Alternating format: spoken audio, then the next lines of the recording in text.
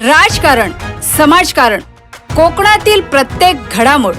सिंधुदुर्ग 24 तास आता नव्या रूपात.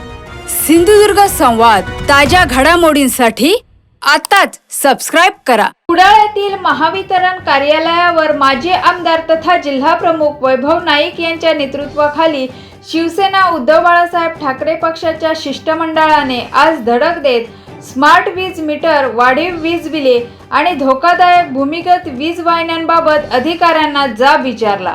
अधीक्षक अभियंता अभिमन्यू राख यांच्याशी झालेल्या चर्चेत स्मार्ट मीटरची सक्ती थांबवावी अशी मागणी करण्यात आली.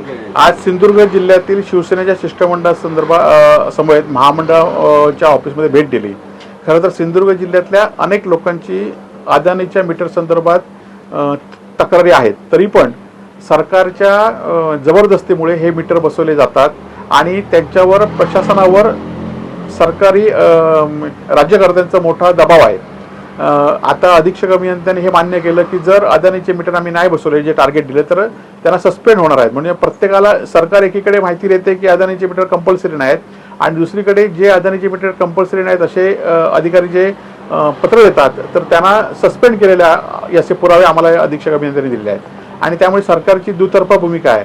त्याचबरोबर एकीकडे 4 मीटरचे पर्याय आहेत, म्हणजे 4 कंपन्यांपैकी कुठल्याही मीटर सिलेक्ट करायचे आहेत. त्याचबरोबर वायरमननी स्वतःहून मीटर बसवायला जायचं नाही अशी भूमिका असताना सुद्धा ते जात होते. आता अधीक्षक अभियंत्यांनी मला आश्वासन दिले की वायरमन हे मीटर बसवायला जाणार नाहीत, फक्त अदानीचे जे लोक आहेत तेच जातील आणि ते सुद्धा जबरदस्ती करणार नाही असं आम्हाला त्यांनी आश्वासन दिलं आहे. जर कोणी जबरदस्ती केली तर शिवसेनाची गाठ आहे. एवढं जबरदस्ती करणाऱ्या लोकांनी आणि महावितरणच्या कर्मचाऱ्यांनी जे लाईन असतील त्यांनी लक्षात घ्यावं की तुम्ही लोकांवर जबरदस्ती करू नका. त्याचबरोबर पावसामध्ये आता जे अंडरग्राऊंड केबलचं काम मंजूर झालं होतं 3 वर्षापूर्वी, ते आता पूर्ण होत चाललेलं आहे. परंतु त्या कामावर सुपरविजन नाही. त्या ठिकाणी अनेक ठिकाणी भ्रष्टाचार झालेला आहे. ज्या लाईनी 3-3 फूट खाली घातल्या पाहिजे त्या 1-1 फुटावरच आहेत आणि त्यामुळे भविष्यात जसं आज आचरा मालवणी अंडरग्राऊंड केबल टाकल्यानंतर जसं आता हे होतोय तसाच या पुढच्या काळामध्ये सुद्धा ज्या ठिकाणी अंडरग्राऊंड केबल आहे त्यामुळे काम जर निष्काळजीपणा किंवा बोगस केलं असेल, भ्रष्टाचार केला असेल तर पुढच्या आपल्या कुडावासींना किंवा जिल्हावासींना त्रास होणार आहे. त्या संदर्भात सुद्धा त्यांचं लक्ष वेधलेलं आहे आणि असं काम आम्ही करू देणार नाही. सिंधुदुर्ग 24 तास आता नव्या रूपात. सिंधुदुर्ग संवाद. ताज्या घडामोडींसाठी आताच सबस्क्राइब करा.